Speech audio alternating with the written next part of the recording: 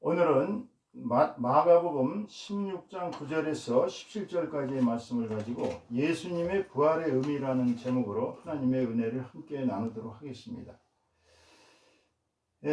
창세기 2장 17절에 보면은 이렇게 말씀하고 계십니다. 선악을 알게 하는 나무의 열매는 먹지 말라. 네가 먹는 날에는 반드시 죽으리라 하시니라. 이 말을 가만히 이렇게 우리가 숙고를 해보면, 만약에 네가 선악을 알게 하는 나무의 열매를 먹지 않는다면 너는 죽지 않는다는 얘기로 해석이 됩니다. 이 얘기가 무슨 얘기냐면, 원래 아담과 하와를 에덴 동산에 하나님께서 창조하셨을 때는 이 인간은 영생불멸의 존재였습니다. 죽음이라는 게 없었어요. 인간이 죽게 만드신 게 아니에요. 하나님께서는 우리 인간을 영생하도록 만드신 피조물이었습니다. 그런데 이 하나님의 명령을 어기고 사단의 끼임에 빠져서 두 사람 다 선악과를 먹음으로써 이제 그 이후로 우리는 죄와 사망이 우리에게 들어와서 그 후손들인 우리들마저도 어쩔 수 없이 원죄가 죄와 사망이 우리에게 임하게 된 것입니다.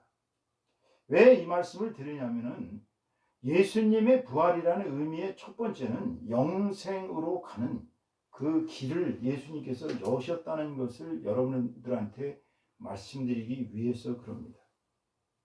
사실 물리적으로 또는 생물학적으로 보면 모든 인간들은 다 죽게 되어 있습니다. 어느 한 사람도 죽음을 벗어날 사람은 없어요. 그러나 죽는다고 해서 그 영혼마저 죽는지는 우리가 보지 않은 이상은 알 수 없습니다. 그러나 우리가 크리스찬들은 그 영혼이, 인간의 영혼이 하늘에 들어가서 예수님의 심판을 받게 되고요, 그 생전의 말과 행동, 즉 언행에 따라 천국 행이냐 지옥 행이냐를 결정하는 것으로 우리는 그렇게 알고 있습니다. 그렇다면 우리의 죽은 시체들은 어떻게 되겠어요? 시체들은 물론 화장터에 가서 보면은 30분도 안 돼가지고 완전히 재로 되어서 나옵니다. 시체를 파묻었다고 해서 자손 만대까지 그 시체가 썩지 않고 그대로 있으면 그거는 아주 좋지 않은 무덤이라고 그래서 시체들이 바로 썩어서 흙이 되어버려야, 그래야 그 시체들은 정말 복을 받은 시체가 되는 것이죠. 결국은 인간의 모든 시체들은 다 죽어서 흙으로 돌아가게 되어 있습니다. 한마디로 먼지가 된다는 얘기예요. 그렇다면 이제 영혼이 떠난 그 육체, 먼지로 변해버리는 그 육체, 이런 육체, 우리의 육신이 정말로 다 사라지는 것일까요? 우리 크리스찬들은 그것이 그렇지가 않다고 가르침을 받고 있습니다. 이 세상이 끝나는 마지막 날, 이제 예수께서 이 땅에 오시는, 두 번째로 오시는 것을 우리가 재림이라고 합니다. 예수님께서 재림하시는 날, 하늘에 있는 영혼들, 지옥에 있는 영혼들, 무덤 속이든 바닷속이든 이 세상 모든 살아있는 영혼들이든 모든 영혼들은 이제 육신을 입습니다. 그러니까 영과 육이 합체되는 상황이 나타난다는 거예요. 그 합체된, 영과 육이 합체된, 그러면 어떤 사람은 그렇게 생각할 거예요. 아니, 이미 육신이 다 없어져서 가루로 변했는데 어떤 식으로 그게 또 다시 합체되느냐. 여러분 잘 생각해 보세요. 이 세상을 창조하신 것은 하나님이십니다. 하나님의 말씀으로 창조했어요. 하나님은 모든 인간들의 코드를 다 갖고 계십니다. 예수님께서 최후 심판하실 때는 이 모든 육신들이 먼지가 되었다 하더라도 다시 하나님의 능력으로 살아납니다. 이것이 최후 심판이에요. 그래서 육신과 영혼이 합쳐져 가지고 이제 영혼이 죽지 않는, 영혼과 육체가 이제 함께 심판을 받는다는 얘기입니다. 이것을 우리는 새로운 영체라고 말합니다.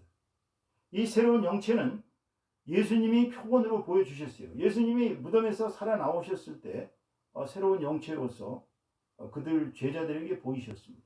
제자들은 처음에 누군지를 알지 못했어요. 달라졌기 때문이죠. 완전한 영체가 되었기 때문이죠. 이 영체가 된 인간들은 최후 심판 때 영생이나 영벌이냐의 길로 들어가게 됩니다. 어떤 분들은 그렇게 생각합니다. 아이고, 예수님 가신 지가 벌써 1989년이 됐는데 1989년 동안도 아직 재림은 고사하고 언제 오실지 알지도 못하는데 뭐하러 그런 소리를 하느냐. 그냥 살다 그냥 이렇게 죽으면 되지. 이렇게 생각하시는 분들이 예상외로 많습니다.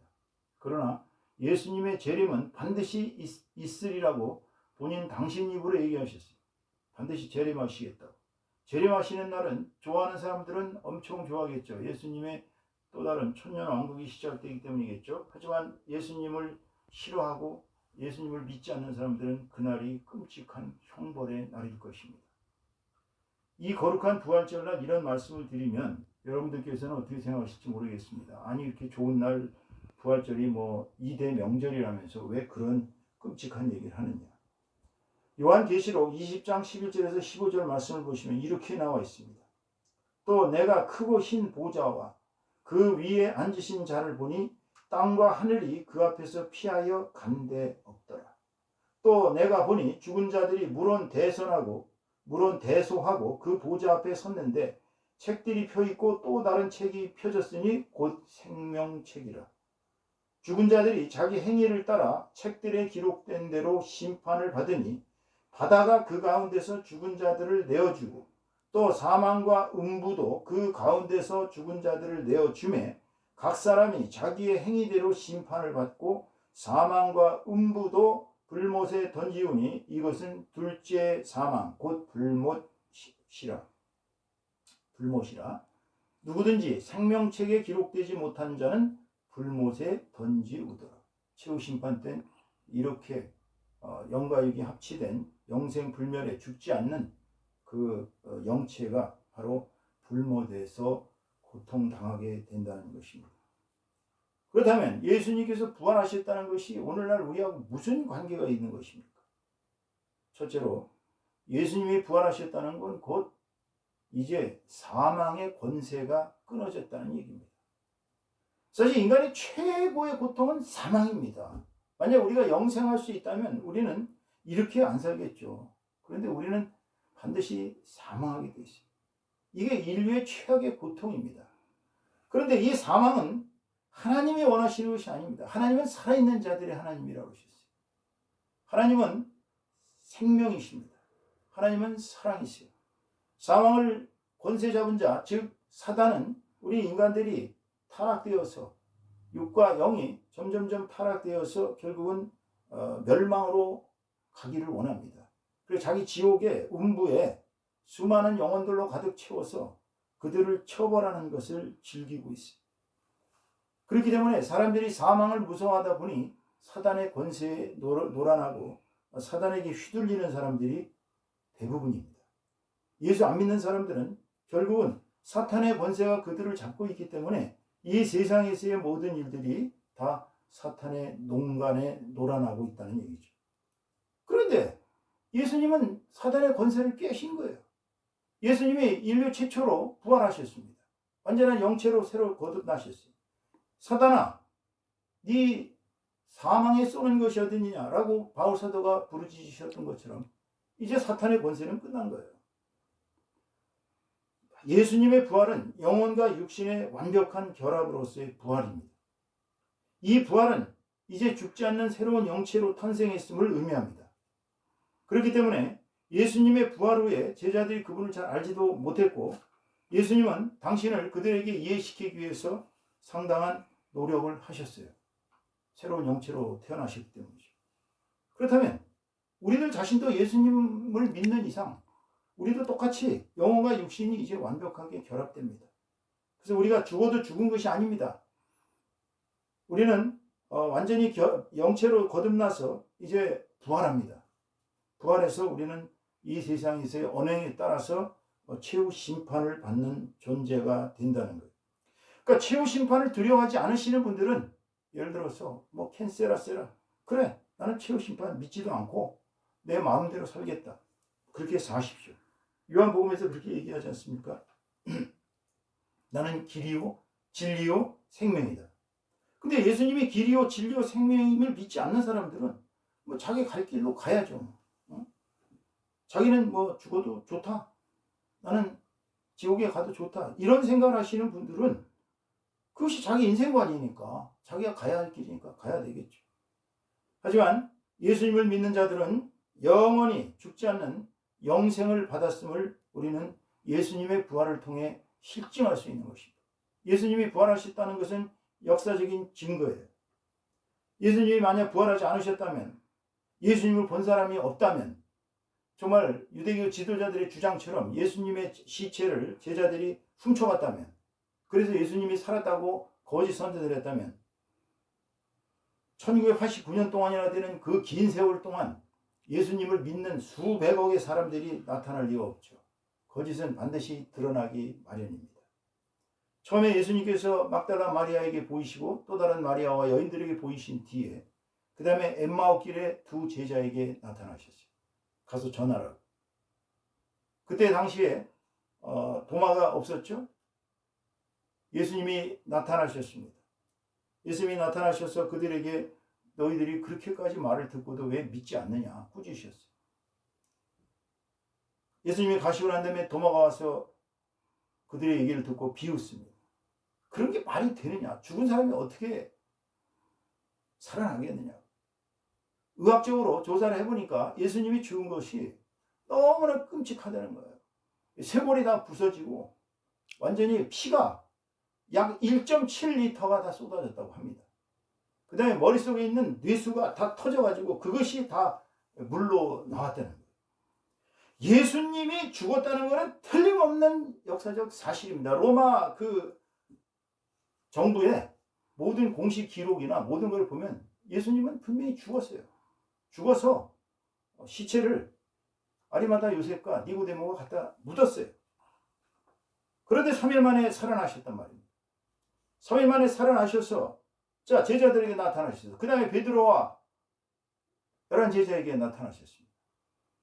그 다음에는 이제 예수님의 친동생인 야고보에게도 나타나셨어요. 그 다음에 500제자에게 나타나셨습니다. 마지막으로 예수님을 핍박하고 제자들을 핍박했던 바울 사도에게까지 다메섹 도상에서 나타나셨어요. 이후로 예수님이 선교 현장에서 죽은 선교사들을 살린 일, 예수님을 친견한 사람들, 이 부족한 종 같은 사람도 예수님을 봤습니다. 분명히. 그것이 꿈인지 생신지 알 수 없지만 예수님을 명확하게 봤어요. 글이라면 그릴 수 있을 정도로 예수님을 명확하게 본 사람. 예수님이 부활하셨다는 건 역사적 사실이에요. 지중해 세계에 그 많은 사람들이 예수를 믿고 예수를 전파하는 이것이 어느 날 시체가 되어갖고 3일 동안 무덤에 있다가 무덤에서 시체가 사라졌는데 그 시체를 제자들이 가지고 가서 예수님 살아났다고 거짓말을 해서 그렇게 많은 사람들이 예수를 믿게 됐겠습니까? 폭발적으로 예수교가 증가되어 왔습니다. 여러분 아시다시피 베드로가 예루살렘 광장에서 성전 앞에서 설교했을 때 하루에 3,000명이나 되는 사람들이 예수를 믿게 됐습니다. 성령의 역사로 말미암아. 자, 그 다음에 10,000명, 20,000명 계속 성도들은 늘어나고 유대교 지도자들은 막 핍박을 해서 전 지중해 세계로 다 흩뿌리 흩어졌어요. 가는 데마다 예수가 살아났다고 예수 부활하셨네 하고 그 사람들이 예수를 증거했습니다. 그게 오늘날 기독교가 된 겁니다. 로마 황제가 사자의 무리에다가 집어 던져도 끄떡당하지 않았고요. 불 속에 집어 던져도 생명을 던지면서 예수가 살아나셨다는 거, 예수가 구세주라는 거, 예수 믿으면 천당 간다는 거, 천국 간다는 걸 확신했기 때문에 그 많은 사람들이 예수교를 전도했습니다. 이성적으로 생각하시는 분들이야 그게 말이 됩니까? 슐라요마 같은 사람은 종교란 그 신자들의 집단 체험이다. 일종의 집단 환각이라는 거예요. 예수가 부활했다는 걸 믿고 싶어 하니까 그것이 환각이 되어서 나타났다. 이런 황당무계한 자유주의 신학을 만들었습니다. 보스턴에 있을 때 제가 신학교 다닐 때 들은 얘기입니다. 보스턴에 있던 어느 교회, 감리교회입니다만 감리교회 분들한테 죄송합니다만 에치 목사님이 부활절 되는데 부활절 설교를 하나도 안 하더라고요. 부활절 내용은 아무것도 안 하고 일반적인 설교만 잔뜩 하고 계시고 끝나고 나니까 성도들이 도저히 납득이 안 가갖고 목사님한테 다 왔습니다.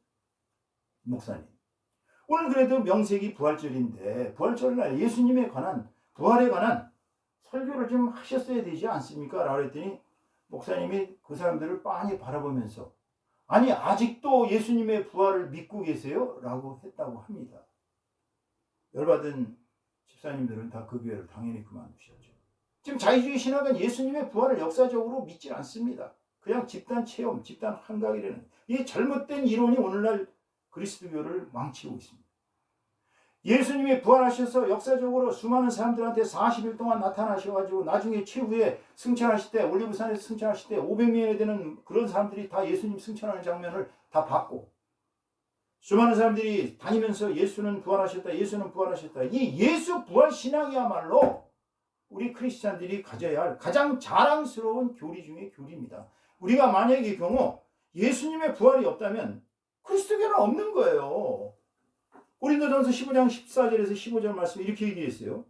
그리스도께서 만일 다시 살아나지 못하셨으면 우리가 전파하는 것도 헛것이요, 또 너희 믿음도 헛것이며, 또 우리가 하나님의 거짓 증인으로 발견되리니 우리가 하나님이 그리스도를 다시 살리셨다고 증언하였음이라. 만일 죽은 자가 다시 살아나는 일이 없으면 하나님이 그리스도를 다시 살리지 아니하셨으리. 이 말씀 속에서 우리는 뭘 할 수 있습니까? 하나님이 존재하신다는 걸 믿으셔야 합니다. 예수님이라는 그 인간의 몸으로 성육신 되신 인간의 몸으로 오신 그분을 누가 살렸겠어요? 자연적으로요? 자연적으로 살아납니까? 죽은 사람이? 안 됩니다. 예수님을 살리신 분은 하나님이세요. 그러니까 기독교가 첫 번째 동정녀 마리아의 몸에서 예수 그리스도가 탄생하셨다는 구세주 탄생설, 이것도 믿지 않는 사람들이 있어요.